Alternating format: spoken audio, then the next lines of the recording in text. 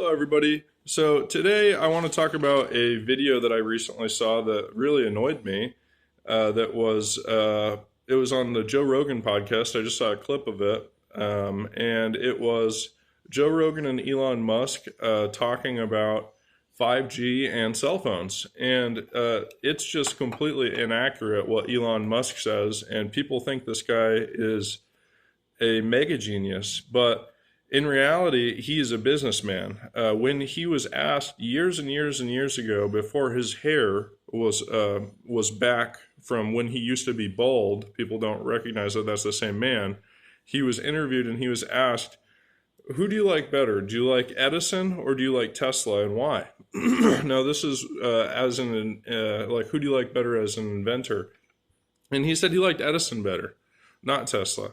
He recognized that Tesla's intelligent, but he liked how Edison's connected with the shadow gov, for lack of a better way to put it, and the way he was a businessman and wanted to give the banks the control over the power grid instead of give everybody free power. So that should be an indicator right there that this is not your friend. This is not a good person.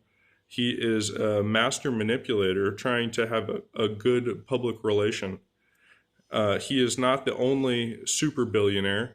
He is a super billionaire that other super billionaires, what's the best way to put it? They let him be the false assumption of what they're all like. Okay, so back to this video. And there's so much other things to add to that also, why I am sussed about that person, why he's not a good person. You're running a satellite company. You haven't said jack shit about this global targeting system where you're harassing people with psyops with radio frequencies. That would be the number one person that would know about it / have the ability to do something right about it. But you're going to see how corrupt this individual is in his own words that I've written down from a video, from a podcast. So Joe Rogan says, people are worried about 5G. So there's no concern whatsoever with the radiation that's caused by these things. And Elon doesn't answer. He says, well, technically, we're all currently bathed in radiation. And he starts to talk about nuclear radiation, okay? Not the electrons that are emitting from our cell phones, these towers, his satellites, Lockheed Martin satellites, the drones. It's literally directed energy weapons are a beam of electrons. So he's saying that, oh, particles aren't emitting from these phones and things. Well, electrons are arguably particles, and electrons are directed energy weapons. Just the electrons being guided in a path at a person, directed energy weapon. And that's what's happening to us. That's exactly what's happening to us. So that is toxic. That is extremely dangerous. We have people being singled out with EMF radiation, to the point where I get radiation poisoning. I just had it 20 minutes ago this morning. So it's not nuclear radiation. You need a Geiger counter for nuclear radiation, a spectrum analyzer, or an EMF detector for EMF radiation. Now, linesmen know the difference. Even linesmen are smarter than Elon Musk, because do they walk around with a Geiger counter when they go up on towers? No, they'd look like a fucking moron. They go up with an EMF detector. EMF safety detector, which by the book, for them to be a tower climber, they are they have to have it. An EMF safety meter, which does what? It reads dangers of radio frequencies at specific ranges. Now, those meters a lot of the time don't go into the low radio frequencies. So like megahertz, kilohertz, which is nervous system response, which can give you a seizure or a heart attack. So a lot of the time, those will stick in the gigahertz range. And then that's why I had a big building biologist come out to my house, is because he has a bunch of meters that specialize in gigahertz range, from about 0.1 megahertz or 0.1 gigahertz, excuse me, all the way up to about 10 gigahertz and a little bit beyond that. So like, as far as me picking up this hertz sound, audible sound, infrasound, kilohertz, megahertz activity, it's a guarantee that it's happening, and it's the government doing it to us.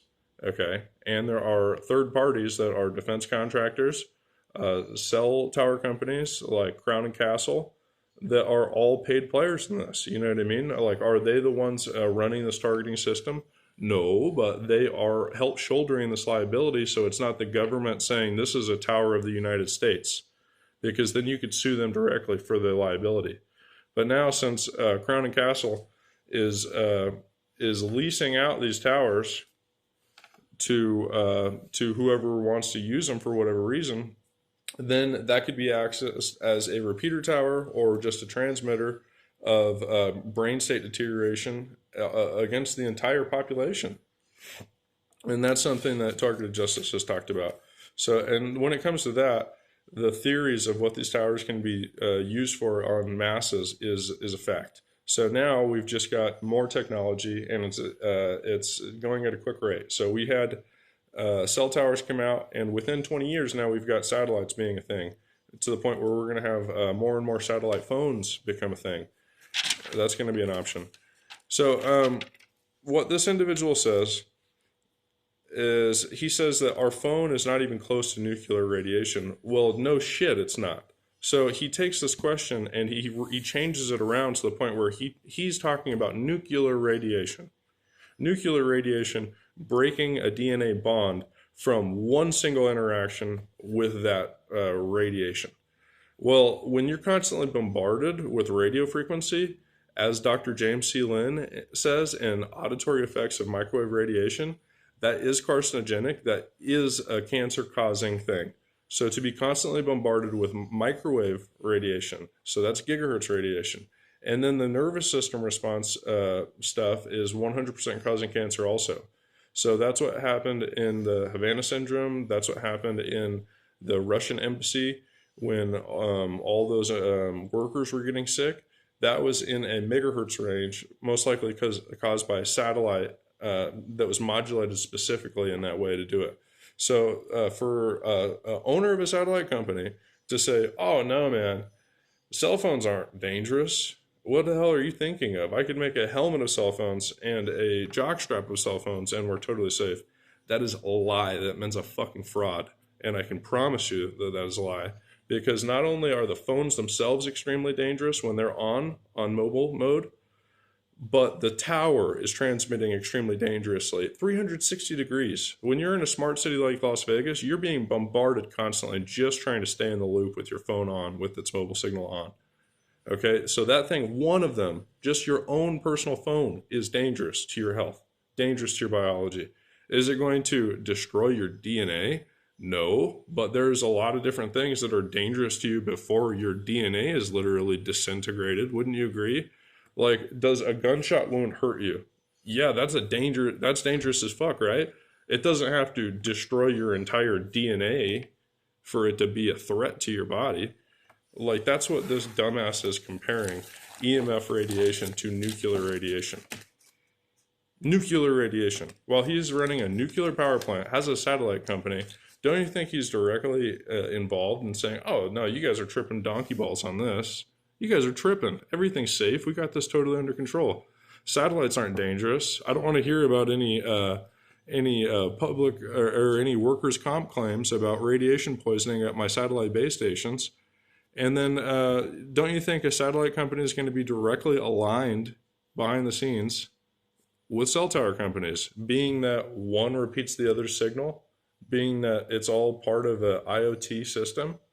So lies. That man's a fucking liar, and we just caught it.